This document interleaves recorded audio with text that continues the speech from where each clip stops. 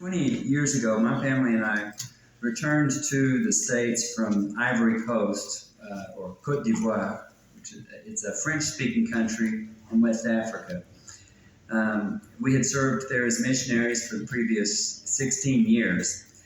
The year before we left to come back to the States was pretty eventful. In September of 2002, the city of Baggott, Ivory Coast, where the town where my family and I lived, the city fell to the rebels in a civil war that was breaking out. After 8 days of fighting all around us, the French government stepped in and made arrangements for a short truce in order to get the French citizens out of that zone, and also any other like Americans and Europeans. I remember that my wife Rachel and I we felt bad about leaving. We were grateful to the French army for making it possible for us to get to a safer place with our children. They were 9 and 12 years old at the time, to a place where we would be able to move around and buy food and carry on with our lives. We ended up settling in the country of Burkina Faso for about 6 months before returning to Ivory Coast. But we felt bad because all of our African brethren and friends and neighbors were not being offered the same opportunity that we were having. They cheerfully waved goodbye as our convoy pulled out of town. But there were tears in our eyes as we thought, we wondered what would happen to all of them after we left and the shooting started up again. How would they eat? How would they get medical care? What if the rebels started targeting civilians, which they'd not been doing up until that point? Just because we were born American or French or British or Canadian, we were being spared whatever these others were going through. And it wasn't fair, but we didn't have the means to do anything to get the others out of danger's way. But later on, we were able to send money that allowed some to leave the city. But at the time, we were blessed in ways that other people were not. But there are other inequalities in life that are even more important than what happened to us in Baggott 20 years ago or in other war zones today. When I was in high school, I came across a little tract called Missions, Facts, and Figures. It had a picture on the front that showed 6 men carrying a log. And above the drawing was the question: if you saw 6 men carrying a log, 5 at one end and 1 at the other, and you wanted to help, to which end would you go? Well, it went on to give numerous statistics showing the enormous work to be done in preaching the gospel to the world, and especially outside of the United States. One figure was that only 9% of the world's population has English as its mother tongue, but 94% of the gospel preachers around the world were working with that 9%. It's true that English is spoken by more than any other language except Chinese, and it is used in more countries than any other. But the vast majority of the world's population still does not speak English.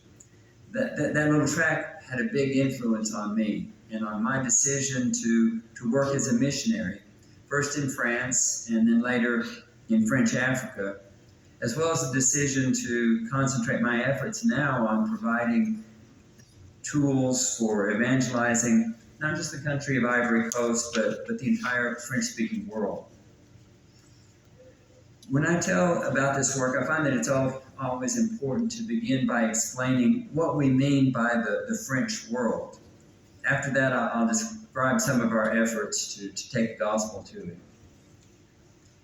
it. Partly because France is one of the most populous and influential countries in Europe, and partly because it once had an empire that spans the globe and still has a few overseas territories. The French language is an official language in dozens of countries. And it's used on a daily basis by many people in a number of other countries as well. After English, French is spoken in more countries than any other language. While the British Commonwealth of Nations is united by a common loyalty to and affection for the British monarch, the French equivalent, which is called the Organisation de la Francophonie, is a group of countries that are united by the French language. The countries that see themselves as part of the French-speaking world would have a combined population of over 500 million people. Just looking at maps or countries doesn't quite bring home the wide variety of cultures that make up the French world.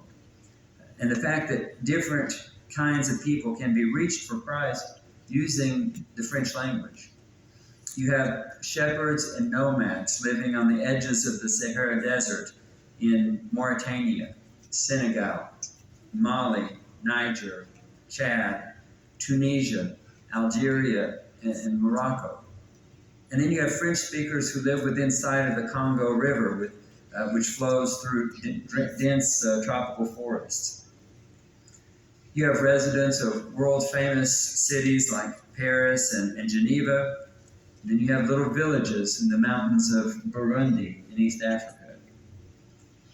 You have folks working on cocoa plantations in the Ivory Coast who speak French. And you have those who inhabit tiny islands like Wallis and Futuna in the Pacific. And then closer to home, we have Haitian immigrants in sunny Florida, and then Canadians living in snow-covered Quebec City. We even have a couple of thousand French speakers in Nashville, Tennessee, where I live. In fact, the Creve Hall congregation, where I'm a member, has about 20 French speakers who meet together to worship in French every Sunday night. Of course, what people in all of these places have in common beyond the French language is a need for the gospel. Even though my family and I returned from the mission field in 2003 and have lived in Tennessee ever since, I've been privileged to continue to be involved in a number of efforts to spread the borders of the kingdom in the French world. Back in 1995, when we were still living in Ivory Coast, I worked with the local brethren to begin a program to train evangelists for French West Africa. The Creve Hall congregation continues to support this school, which has so far trained 86 gospel preachers, including 32 non-Ivorians, in other words, Africans from other countries than Ivory Coast. Graduates have served throughout Ivory Coast, as well as in Guinea, Mali, Burkina Faso, Niger, Ghana, Chad, Cameroon, and the Democratic Republic of Congo. Numerous churches have been planted as a result of the efforts of these men. The administrators and teachers, by the way, are Ivorian Christians. A lady who works with me on a regular basis, helping with bookkeeping, has been doing so for 6 or 7 years, and just this last week, she said, "So does the word Ivorian, does that mean somebody from Ivory Coast?" I thought that would be understood. Maybe it's not. So if I say Ivorian, that just means someone from Ivory Coast, which is also called Côte d'Ivoire. Many of you may be familiar with the evangelistic Bible teaching program called World Bible School that involves thousands of Christians as teachers and millions of students around the world studying either online or using courses that are sent through the mail. So World Bible School functions in English, of course, but also in Spanish and Portuguese and French. And the Creve Hall eldership has oversight of the French language operations of World Bible School. My coworkers and I make the decisions on the courses that will be used. We recruit and approve teachers. We're involved in attracting students and helping with follow-up for those who want to find a local congregation or obey the gospel after they've studied the courses. We also play a role in numerous gospel radio broadcasts in a number of French-speaking countries. For many of these, I provide recordings or printed texts. For some of them, I facilitate the purchase of airtime by matching congregations on the field needing financial help to pay for airtime with brethren in this country who are willing to sponsor radio programs.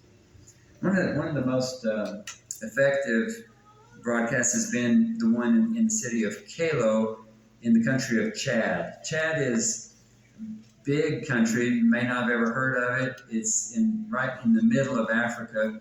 I was traveling with some brethren in Chad a few years ago, and we got to a certain spot, and they said, well, we need to pull over here. And they took me to this, just off the side of the road was like a big concrete star or something like that, kind of a small monument. And they said, this is the geographical center of the continent of Africa. So Chad that tells you about where it is, just right smack in the middle of Africa. So this town, Kalo, one of our families in Nashville contributes $150 a month to put a radio broadcast on the air in this town of Kalo. And they've been doing this for, a few years. I know in 2020, 9 people were baptized and a new congregation was established in a place called Matili. It's about 100 miles from Kalo, but there were listeners to the program.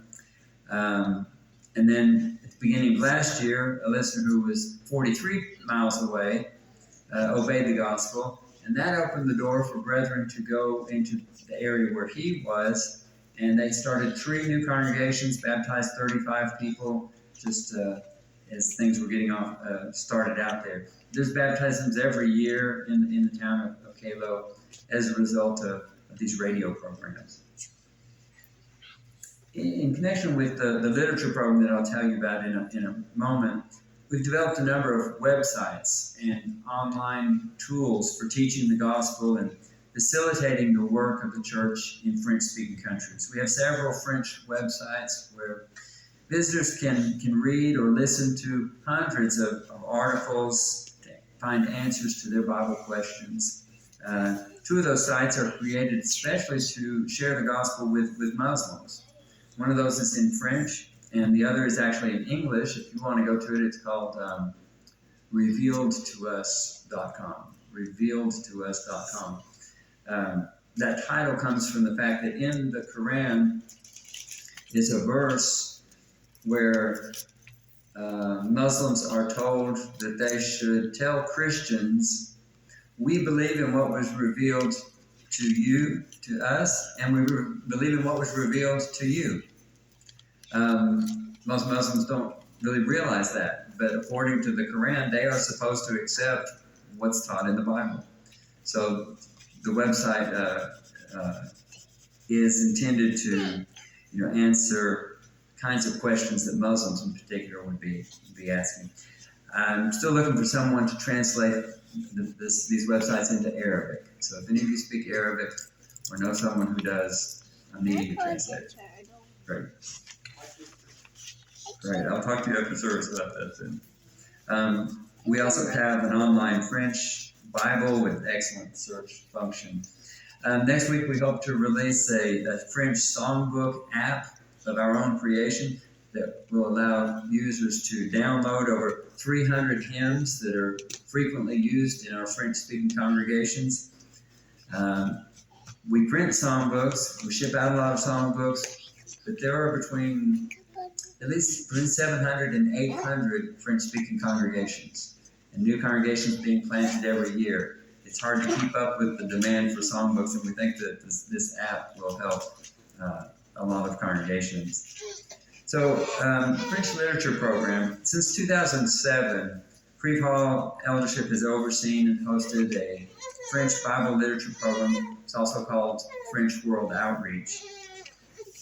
We make available in the most economical way possible a great variety of biblically sound publications in French for evangelism, for grounding converts in the truth, for Bible study and teaching. This literature is available to churches, to missionaries.